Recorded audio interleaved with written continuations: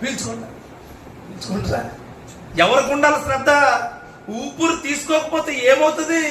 ఊపిరి తీసుకోకపోతే లంగ్స్ పనిచేయవు, ఊపిరి తీసుకోకపోతే ఆక్సిజన్ రాదు, ఊపిరి తీసుకోకపోతే బ్లడ్ లో ఉన్న ఆక్సిజన్ పర్సెంట్ తగ్గిపోద్ది, ఊపిరి తీసుకోకపోతే నీ గుండె ఆగిపోద్ది, చచ్చిపోతావు. అందుకని నువ్వు చనిపోయిన తర్వాత కూడా నీ ఆత్మ పైన నిలబడుతుంది. హల్లెలూయా.